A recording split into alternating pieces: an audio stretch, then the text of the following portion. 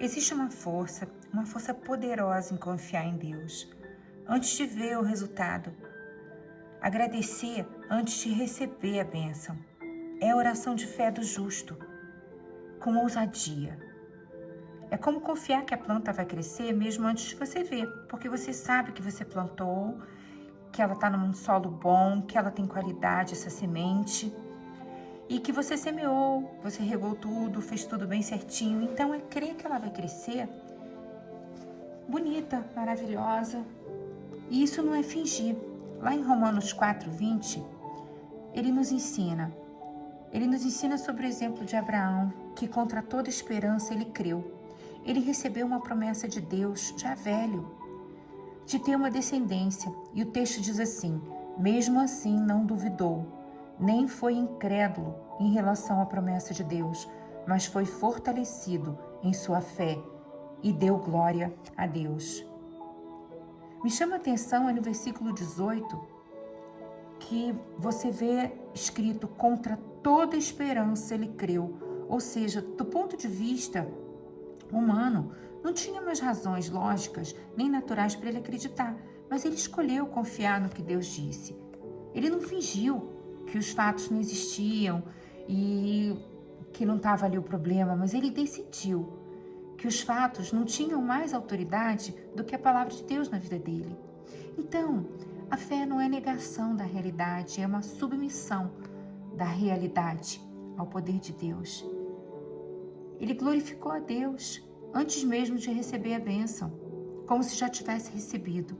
Existem momentos nas nossas vidas que a gente desanima, que a esperança,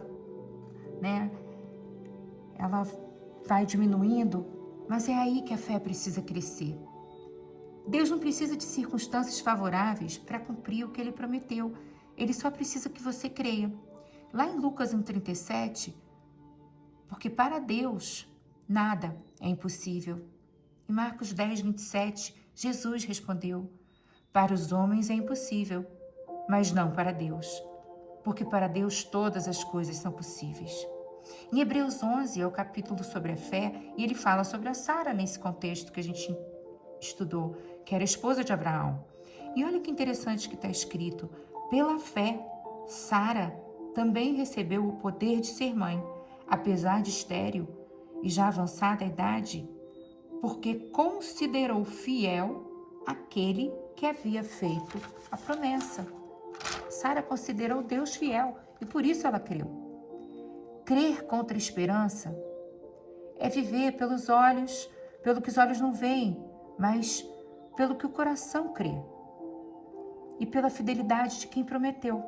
Em 2 Coríntios 1:20, pois todas as promessas de Deus têm nele o sim.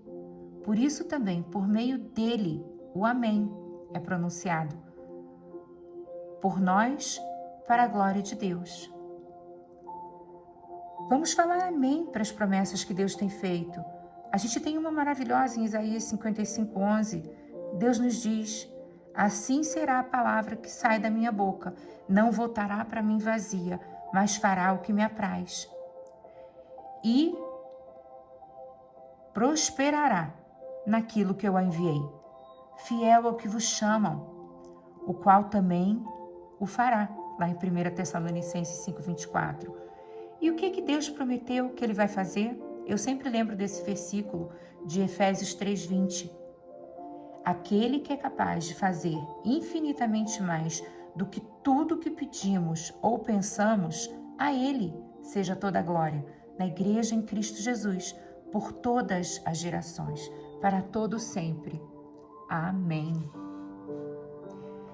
E bem-aventurado o que creu, porque será cumprida a palavra que lhe foi dita por parte do Senhor. Lá em Lucas 1:45. Isso é um chamado para você ter fé, mesmo quando você já não tem esperança em algumas coisas.